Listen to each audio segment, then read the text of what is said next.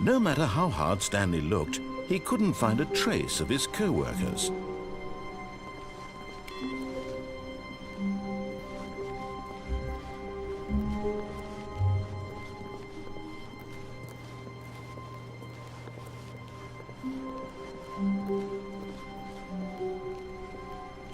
When Stanley came to a set of 2 open doors, he entered the door on his left. This was not the correct way to the meeting room, and Stanley knew it perfectly well. Perhaps he wanted to stop by the employee lounge first, just to admire it. Ah, yes, truly a room worth admiring.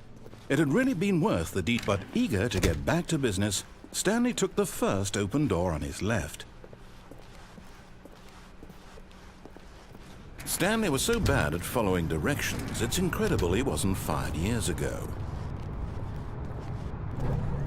Look, Stanley, I think perhaps we've gotten off on the wrong foot here.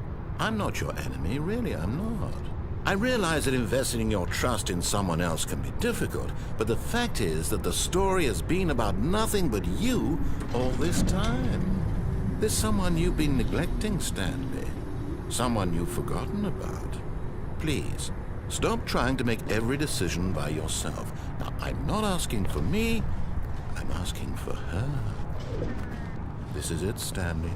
Your chance to redeem yourself, to put your work aside, to let her back into your life. She's been waiting. That's her, Stanley. Oh, no, you can't. Did you just unplug the phone? No, that wasn't supposed to be a choice. How did you do that? You actually chose incorrectly?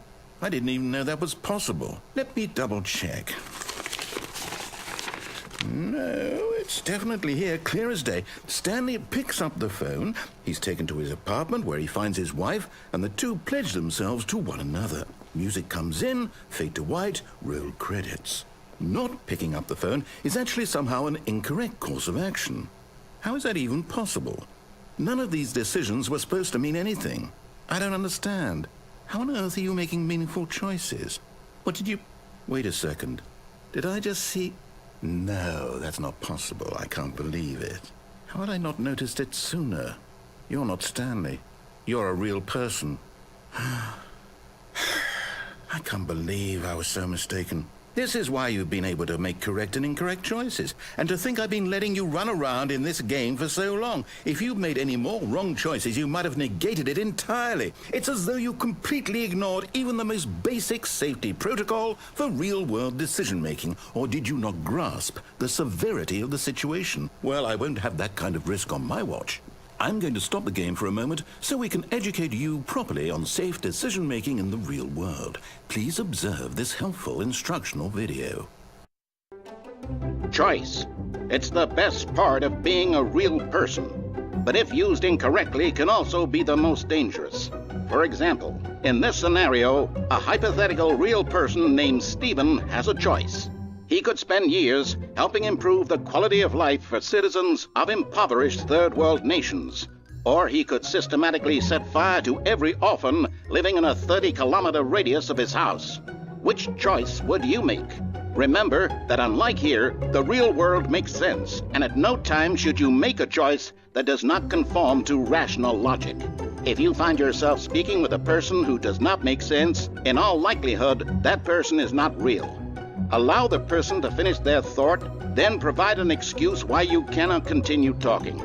Turn to a partner and practice saying, "My goodness, is it 4:30? I'm supposed to be having a back, sack, and crack."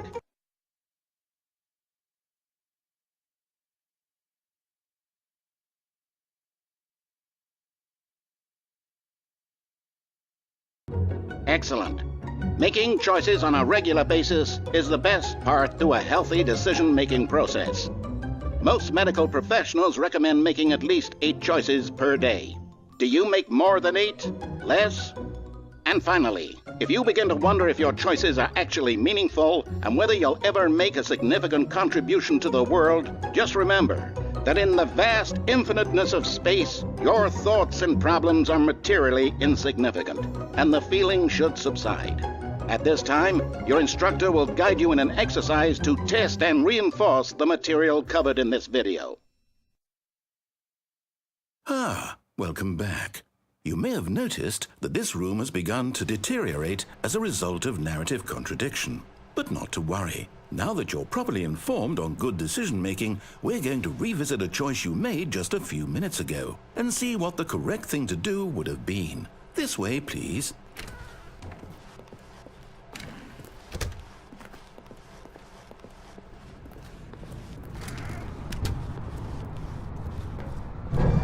Now that we know your choices are meaningful, we can't have you jumping off the platform and dying. Imagine the main character dying senselessly halfway through the story. That story would make no sense at all. We just need to get you home as soon as possible before the narrative contradiction gets any worse. Unfortunately, it seems this place is not well equipped to deal with reality.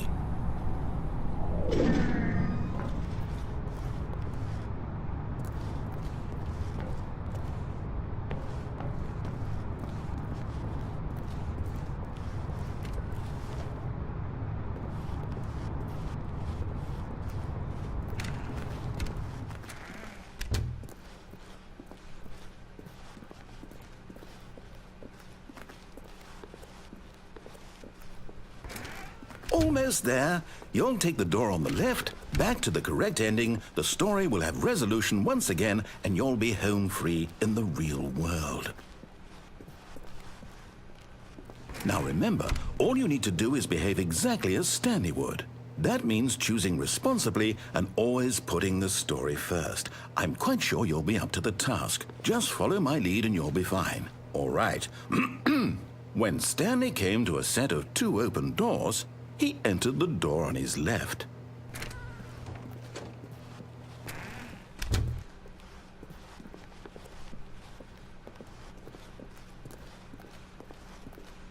Yet there was not a single person here either. Feeling a wave of disbelief, Stanley decided to go up to his boss's office, hoping he might find an answer there.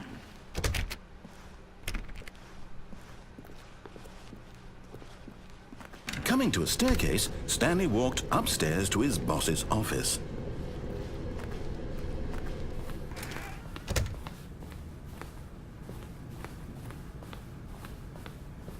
Stepping inside his manager's office, Stanley was once again stunned to discover not an indication of any human life.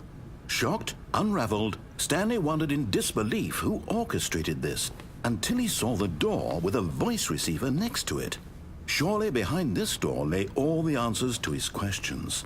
And beyond all probability, he knew the passcode. He had seen it on his boss's computer just last week. Night Shark 115. Was this the code to open the door? Would it still work? There was only one way to find out. Stanley had been trained never to speak up, but now he would draw from within himself the courage to face the unknown.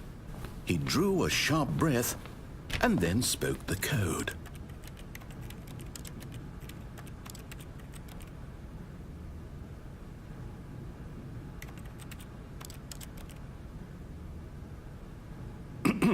Stanley spoke the code.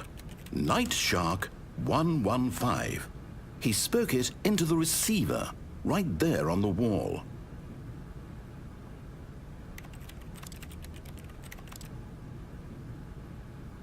I'm sorry, is there a problem? You didn't mishear me, did you? Please speak the code into the receiver.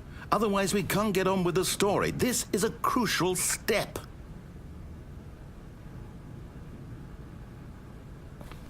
Okay, fine, you're not going to do it, but you know what? It's pretty humiliating to bring you this far, only for you to suddenly decide you have better things to do. I asked you for this one single thing, for your respect. The kind of respect Stanley shows for his choices. He knows what it means to take a story seriously.